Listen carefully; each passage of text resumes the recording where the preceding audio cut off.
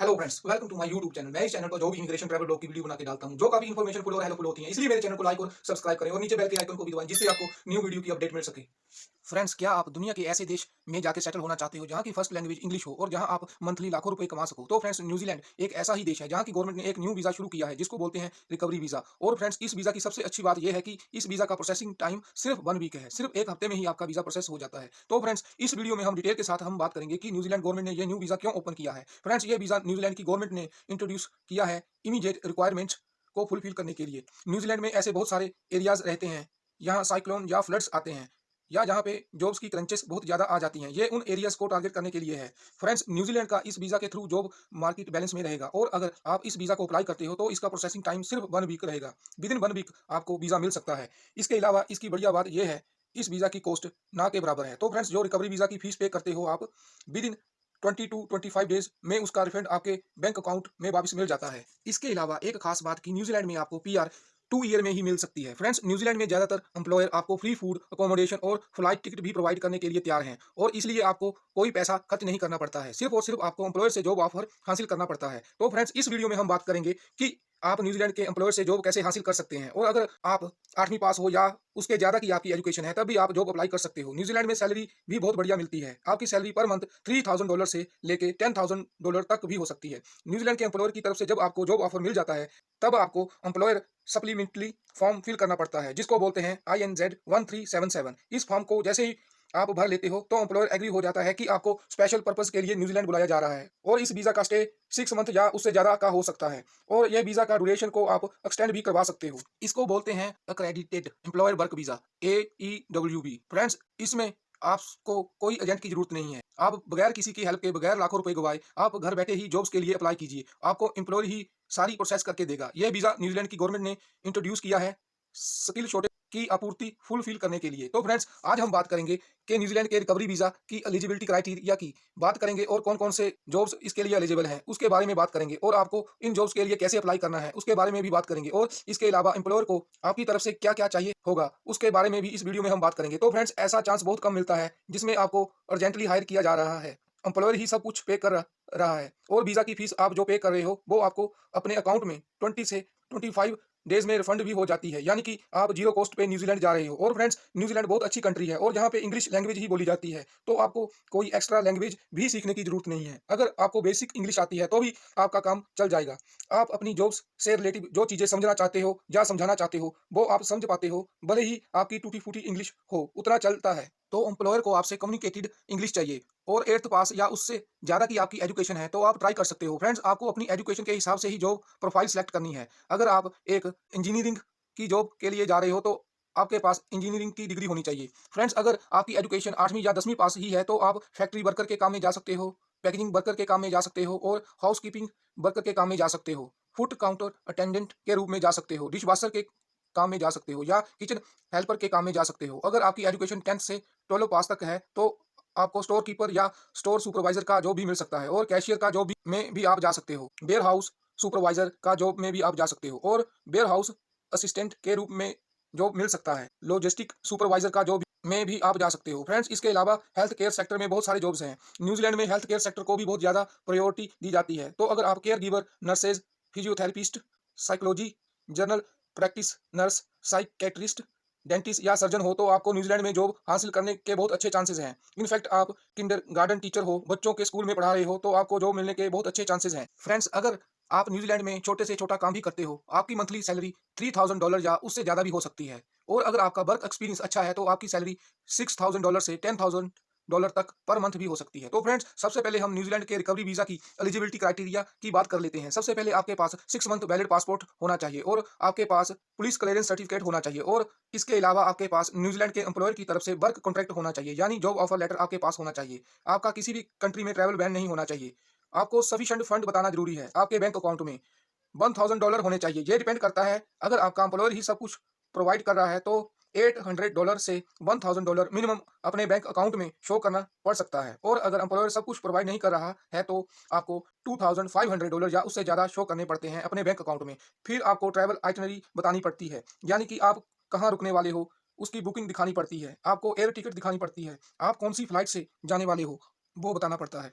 आपका पर्पस बताना पड़ता है, जैसा कि आपका पर्पस रहेगा काम करने का। ये सब आपको एक ब्लैंक पेपर पर लिख के बताना पड़ता है विद अटैचमेंट। तो फ्रेंड्स, अब बात कर लेते हैं कि एम्प्लॉयर को आपकी तरफ से क्या चाहिए। तो एम्प्लॉयर को आपकी तरफ से बेसिक नीड चाहिए, जैसे कि आपकी हेल्थ अच्छी होनी चाहिए और आपका करैक्टर अच्छा होना चाहिए। यानी कि आपको पुलिस क्लियरेंस सर्टिफिकेट की जरूरत पड़ती है। आपका जेन्युइन इंटेंशन होना चाहिए न्यूजीलैंड में काम करने के लिए। आपको टाइम स्पेसिफाई करने की जरूरत है कि आप कितने टाइम तक रहने की सोच रहे हो न्यूजीलैंड में। आपको एम्प्लॉयर सप्लीमेंट्री फॉर्म फिल करना पड़ता है, जिसको INZ 1377, और आपको आपकी ट्रैवल अरेंजमेंट करने की जरूरत पड़ती है। ज्यादातर एम्प्लॉयर ही आपके बिहाफ पे ट्रैवल अरेंजमेंट करके दे देते हैं। अगर एम्प्लॉयर नहीं करता है तो आपको खुद करना पड़ता है। तो फ्रेंड्स, ये थे कुछ रिक्वायरमेंट क्राइटेरियाज।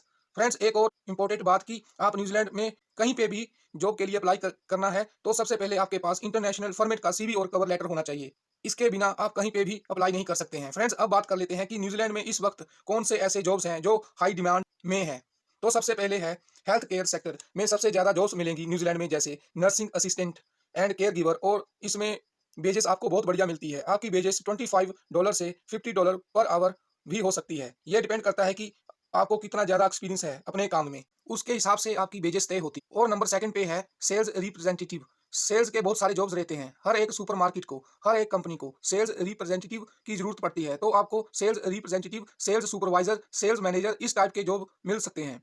और आगे नंबर थर्ड पे है customer service representative. Friends, number fourth पे है बेल्डर एंड टाइल फिटर। इसमें भी आपको वेजेस $50 से $40 पर आवर हो सकती है, आपका अपने काम में एक्सपीरियंस अच्छा है तो। और नंबर फिफ्थ पे है professional driver and delivery boys. तो फ्रेंड्स, ड्राइवर की बहुत ज़्यादा डिमांड रहती है और डिलीवरी सर्विसेज की हमेशा वैकेंसीज रहती हैं। और डिलीवरी बॉय के रूप में आपको एक और बेनिफिट मिलता है कि आप अपनी कंट्री का लाइसेंस को इंटरनेशनल में कन्वर्ट करवा के 1 साल तक इस्तेमाल कर सकते हो। और इसमें आपको पर राइड की वेजेस मिलती है डिलीवरी बॉय, और ड्राइवर को टिप्स भी बहुत अच्छी मिलती है। तो आपकी जितनी भी सैलरी मिल रही है उससे 20% से 30% एक्स्ट्रा ही अपनी कमाई मान के चलो। फ्रेंड्स, आगे नंबर 6 पे है मेंटेनेंस एंड क्लीनिंग वर्क।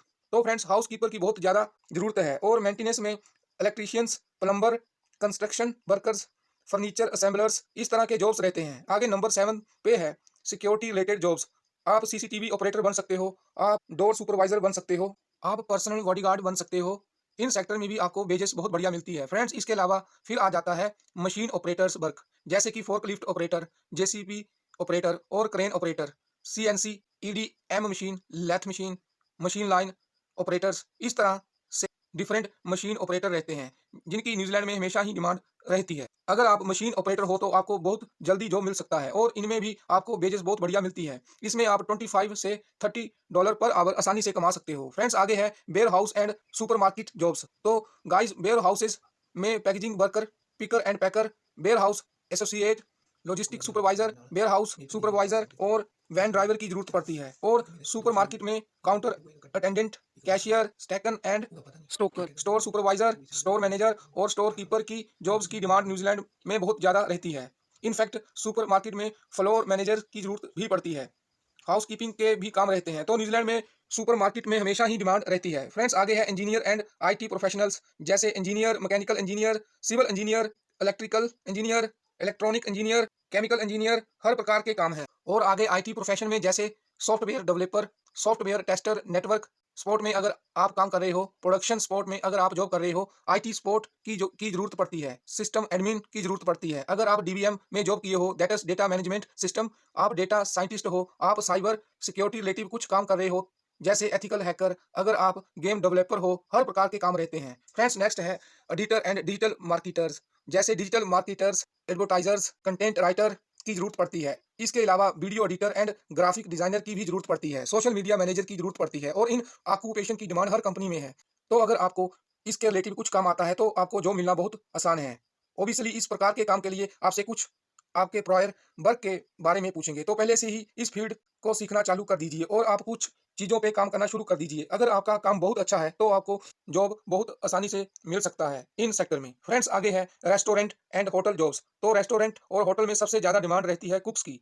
उसके बाद आ जाता है हाउस कीपिंग सुपरवाइजर, फिर food and beverage attendant, receptionist, event managers, night porter, chef de partie, executive chef, sous chef, steward, commis chef, हर प्रकार के जॉब न्यूजीलैंड में रहते हैं। और होटल इंडस्ट्री में हमेशा ही आपको वैकेंसीज मिलेंगी, तो जहाँ पे भी आप इजीली ट्राई कर सकते हो। तो फ्रेंड्स, अब बात कर लेते हैं कि इन जॉब्स के लिए अप्लाई कैसे करना है। अब मैं अपनी कंप्यूटर स्क्रीन पे ले जाके दिखाता हूँ कि कैसे इन जॉब्स के लिए आप अप्लाई कर सकते हो। तो अब मैं आपको एग्जांपल दूंगा। इस वेबसाइट का नाम है seek.com.nz।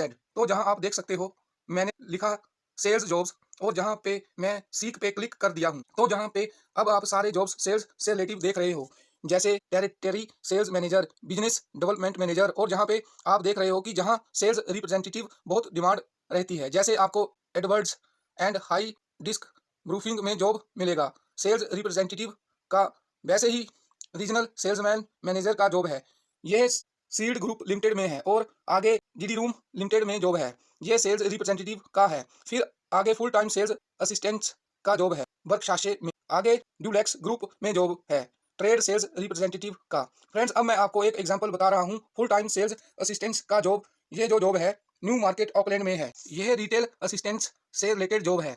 यह फुल टाइम जॉब है। यहाँ पे आपको कॉम्पिटेटिव सैलरी मिलेगी प्लस कमीशन, यानी कि आपको $3000 से ज़्यादा मिलेगा पर मंथ, और आपको कमीशन एक्स्ट्रा मिलेगा। अभी आप इस जॉब को देखोगे तो इनको 2 ईयर से ज़्यादा का एक्सपीरियंस चाहिए। आपकी स्ट्रॉन्ग रिलेशनशिप स्किल्स होनी चाहिए और क्लाइंट के साथ लॉन्ग टर्म रिलेशनशिप मेंटेन करना आना चाहिए। इसके अलावा आपके पास कंप्यूटर स्किल्स भी होनी चाहिए और आपके पास अंडरस्टैंडिंग होनी चाहिए जो भी उनका प्रोडक्ट्स है, स्पेशली रिटेल जो बिजनेस डेवलपमेंट में भी थोड़ा बहुत नॉलेज होना चाहिए। अब इस जॉब को क्यों अप्लाई करना चाहिए? आपको मंथली कमीशन मिलेगी, आपको पेरेंटल लीव तक मिलेगी, वो भी पेड। आपको एम्प्लॉयर असिस्टेंस प्रोग्राम का बेनिफिट मिलेगा, यानी कि कोई भी समस्या किसी से वार्तालाप कर सकते हो। फिर जनरल स्टाफ डिस्काउंट भी मिलता है आपको, वर्कशाशे का बहुत अच्छा डिस्काउंट।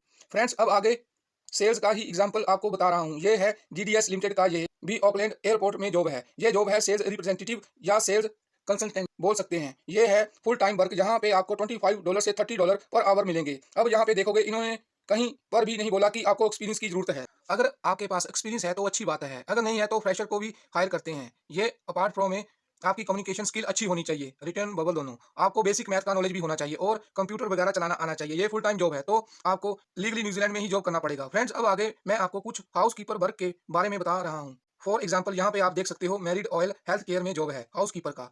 इसके अलावा स्पोर्ट सर्विसेज असिस्टेंट का जॉब है अरिया वे रिटायरमेंट विलेज में। ऐसे ही नैनी का जॉब है, नैनी मतलब हाउस कीपर ही है। यहाँ पे ट्राइस और प्रेडिटरिकस में ऐसे ही डोटी मीडिया में भी आपको हाउस कीपर जॉब मिल रहा है। ऐसे ही देख सकते हैं बहुत आपको काम है, जहाँ पे आपको $25 और उससे ज़्यादा वेजेस आपको मिलती है। फ्रेंड्स, अब मैं आपको एक एग्जांपल देकर बताऊंगा मैरी डोयल हेल्थ केयर का जॉब। यहाँ भी हाउस कीपर का जॉब है। यह आपको पार्ट टाइम काम मिल रहा है, आपको एनुअल बोनस मिलती है, आपको पोस्ट ग्रेजुएशन की स्टडी ये कंपनी आपको करवा के देगी।